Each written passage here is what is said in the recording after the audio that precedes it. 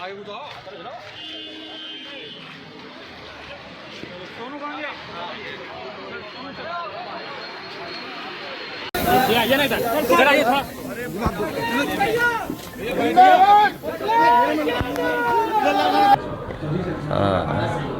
ये बात तो ठीक कही।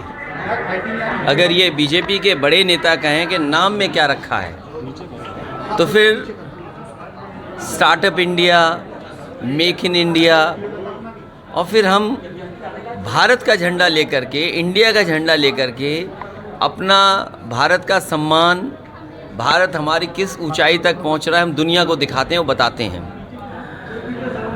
बीजेपी को घबराहट इस बात की है कि इस बार जनता तय ये करेगी, एक तरफ तो वो लोग दिखाई देंगे जो भारत और भारत के संविधान को बचाना चाहते हैं, और दूसरी तरफ वो लोग हैं जो भारत के संविधान को ख़त्म करना चाहते हैं। तो जो लोग संविधान को ख़त्म करना चाहते हैं वो डरे हुए लोग हैं, और डरे हुए लोगों की भाषा बदलती है। जो लोग खिसिया जाते हैं, भाषा उनकी बदलती है।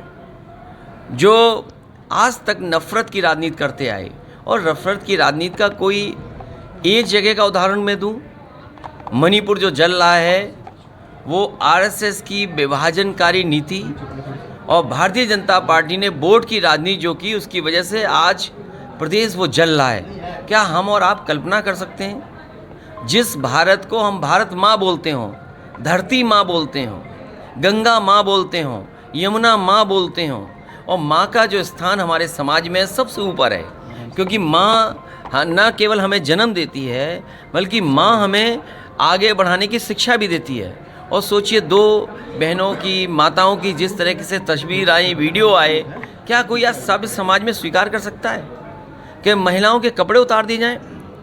इंडिया पर बोलने से पहले और विपक्ष पे बोलने से पहले भारतीय जनता पार्टी को अपनी बात, मणिपुर में जिस तरीके से बेटी और माँ को नंगा किया गया और बिना कपड़े के घुमाया गया, उस पर कहनी चाहिए बात। और अगर उस पर बात नहीं कह रहे हैं तो मैं समझता हूँ ये भारतीय जनता पार्टी की रणनीति थी कि रणनीति इस तरह का जहर घोल दें कि जिससे कि पूरा का पूरा बंटवारा दिखाई दे वहाँ पर।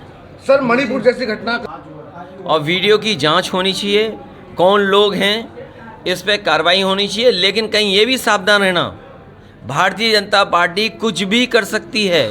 कहीं ऐसा तो नहीं मणिपुर के मुद्दे को दबाने के लिए कोई दूसरा मुद्दा उछाला जा रहा हो। मुख्यमंत्री कुछ नहीं जानते, मुख्यमंत्री जी कुछ नहीं जानते। अगर मुख्यमंत्री जी कुछ जानते होते तो वो जो म्यूज़ियम था, मैं पत्रकार साथियों, सब नए लोग हो, आप नए लड़के हो, और शायद मुख्यमंत्री गूगल से कोई चीज़ सर्च नहीं कर सकते हैं, लेकिन मैं ये जानता हूँ यहाँ जितने हमारे पत्रकार साथी खड़े हैं वो गूगल पे सर्च कर सकते हैं। जो वो म्यूज़ियम बन रहा था, वो म्यूज़ियम इसलिए बन रहा था कि हमारा टूरिज़्म को बढ़ाया जाए।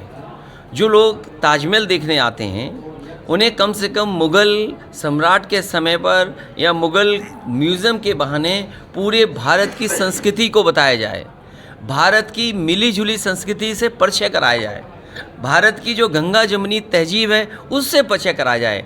और जिस आर्किटेक्ट ने वो म्यूज़ियम डिज़ाइन किया था, उसे यूरोप का 2023 का सबसे बड़ा अवार्ड मिला। सोचो, यूरोप का जो सबसे बड़ा अवार्ड आर्किटेक्ट को मिलता है, उस आर्किटेक्ट ने आकर के आगरा में डिज़ाइन किया। वो मुग़ल म्यूज़ियम इसलिए था क्योंकि ताजमहल से जुड़ा था, लेकिन उस म्यूज़ियम के अंदर जो संदेश था वो गंगा जमुनी तहजीब का था, मिली जुली संस्कृति का था, भाईचारे का था। और फिर मुख्यमंत्री जी कहते हैं, मैंने आज अखबार में पढ़ा कि शिवाजी जी से उनका बहुत पुराना रिश्ता है। अरे, उनकी माता जी से हमारा उनसे ज़्यादा गहरा रिश्ता है। और मैं ये बात कहूँगा आपसे कि आप भी वो बात गूगल ज़रूर करें।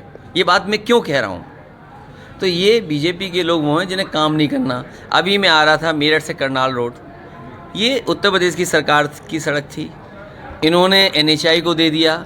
अब आपकी जेब खाली होगी, टोल लगेगा कि नहीं लगेगा। और इस सड़क पर नई ट्रैफिक व्यवस्था दिखाई दी मुझे, सांडों की, एक झुंड बना के सांड बैठे हुए थे। वो ये बता रहे थे कि आप स्पीड ज़्यादा तेज़ मत करो, अगर की तो आपकी जान चली जाएगी। और मुझे याद है वो दिन जिस समय एक बैंक का अधिकारी और कर्मचारी की सांड से टकरा करके जान गई थी और यहाँ पर धरना प्रदर्शन हुआ था। और जिस मुद्दे को प्रधानमंत्री ने उठाया वो भी आज तक नहीं ख़त्म हो पाया। तो महंगाई पे बात नहीं करेंगे, बेरोज़गारी पे बात नहीं करेंगे, क्या बात करेंगे वो आप जानते हो। सर